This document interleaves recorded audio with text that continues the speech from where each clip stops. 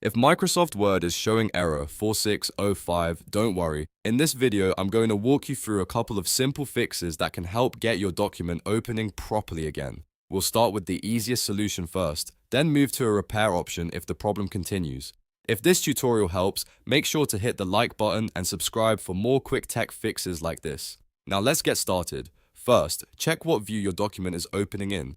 If Word opens your file in read mode, that can sometimes cause display or accessibility issues that make it seem like the document isn't working correctly. To fix that, go to the View tab at the top of Word and switch to Print Layout. This gives you the normal editing view and often clears up minor opening problems right away. If the file still isn't opening correctly, the next step is to use Word's built-in repair option. Click File, then Open, then Browse. Find the document you want to open, but don't just click Open normally. Instead, click the small arrow next to the Open button and choose Open and Repair. Word will try to detect and fix any corruption or file issues while opening the document. This can be especially useful if the file was damaged, saved incorrectly, or interrupted during editing. Wait for the process to finish and see if the document opens normally. If the problem is still there after using Open and Repair, then the issue may be with your Microsoft Office installation itself.